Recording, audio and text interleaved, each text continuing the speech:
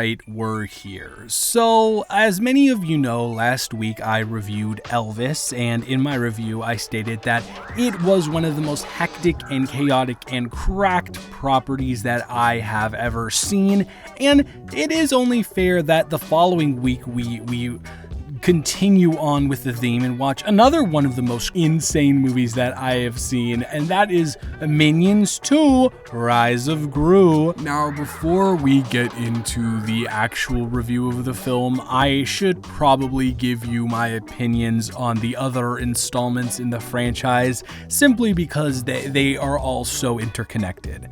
Despicable Me 1 is, in my opinion, the best Illumination film, and it's actually pretty decent. It's nothing spectacular, nothing out of this world, but it's fun for what it is. Despicable Me 2 is pretty bad. Minions is horrible. And Despicable Me 3 is where I differ from a lot of people. People think that it's really bad, and I am in the minority of thinking that it's starting to lean more into the craziness and the absurdity that everyone treats Minions as, and I kind of almost enjoyed it, but it's still not a good film. So then after all of that, we arrive at Minions 2: Rise of Gru.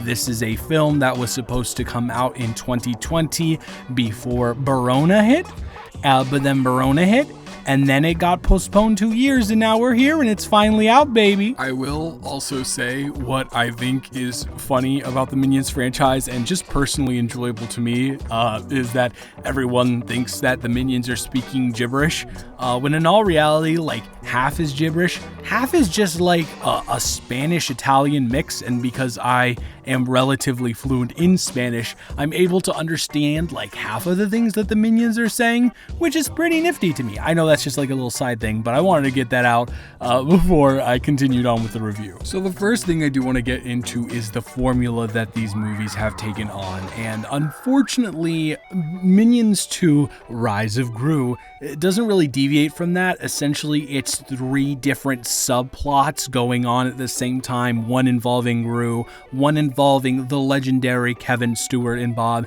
and one involving a new friend, if you will, a new addition to the Minions canon, Otto.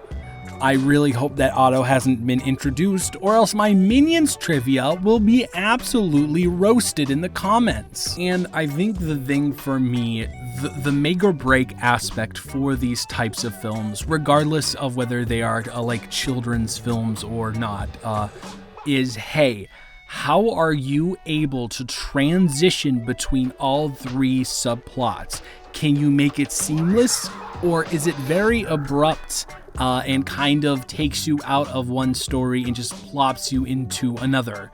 And that's how I determine whether that storytelling method is successful or not.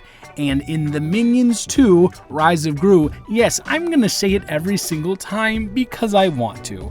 It doesn't really work, to be honest with you, because these Minions films have never been reliant on their smoothness or their pacing. They've always been reliant on, hey, Minions do funny thing, haha, isn't that a funny thing? So although I don't think that storytelling method works, and it does detract from the film a decent amount, one of the things that I will give Minions 2: Rise of Gru props for is I really did laugh at this movie a couple of times, which is more than I can say for any other property in the Despicable Me franchise since the first one. And I think the reason for me finding more humor in this film compared to the rest of the franchise boils down to 2 things specifically. One, it actually seems like Illumination has finally found the sweet spot of niche humor that the Minions exist in. Before, it seemed like, haha, Minions are cute and do stupid things was their primary MO.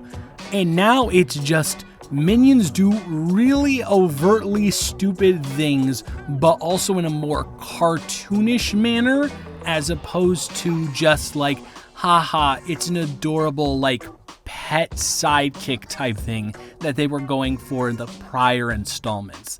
I think that they found out how to work. I know this sounds so stupid. I am completely overanalyzing a film that is just made for children to have good fun laughs at, but I really do think they figured out a way to utilize the Minions in the best way possible. 2, this film has a new writer that hasn't ever been attached to the franchise, named Matt Fogel. And although Matt Fogel has only done a couple of films, one of them being Big Mama's House, which isn't really great, he has also done The Lego Movie 2. And although The Lego Movie 2 isn't as good as The Lego Movie 1, I can confidently say that the humor that was incorporated into Lego Movie 2 is sort of kind of incorporated here.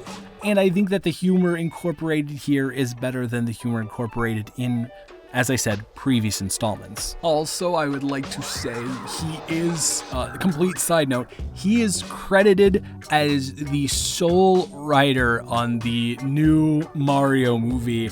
And that is really, really interesting. I will let you interpret that as you will, but that really kind of shocked me. Sole screenwriter, nobody else. Don't know how to feel about that.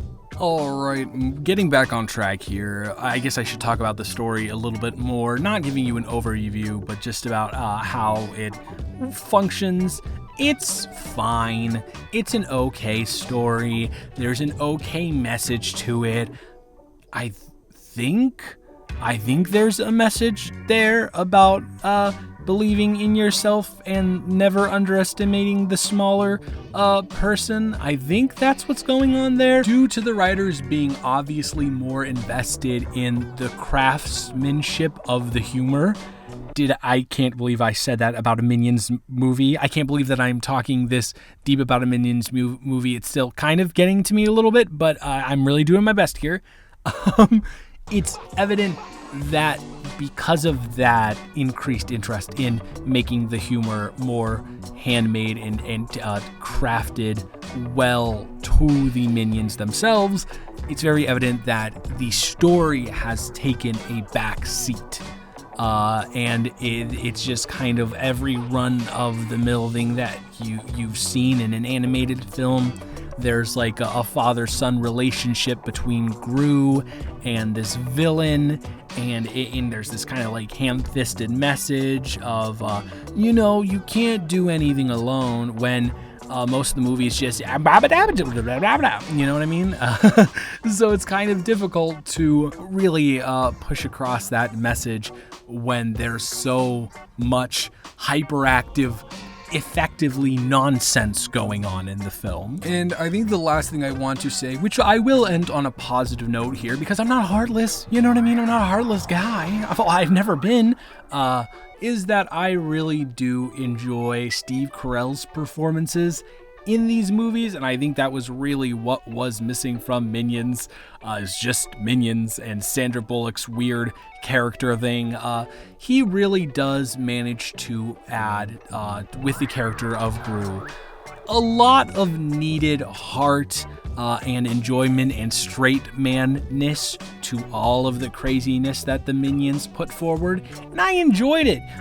We didn't get a lot of him in this movie. We got some of him in this movie, but what we did get of him was enjoyable and kind of added a more stable neutrality, calming wave to the chaotic nature of the Minions going on around them. And also, you can't really personify Minions as much as you would want to, because they just can't speak. And as much as I understand, again, I told you I understand about like 50% of what they're saying, you still can't really hear their tonal inflections. Usually, it's just kind of generally screaming. But with Gru, with a human character, you have someone that you're able to attach yourself to, and that is to the benefit of this film. So, although Minions 2: Rise of Gru does improve in some areas, it doesn't really improve enough to make me say that it's any better than the majority of the entries in this franchise. Overall, I am going to give Minions 2: The Rise of Gru a 3 out of 10. The most important thing to note about this film, however, is it is fun for the family. You can go see it. There's no harmful There's no harmful ideology in Minions 2: The Rise of Gru. It's just a fun time, and I think that adults will get a little more enjoyability out of it than the previous couple of entries.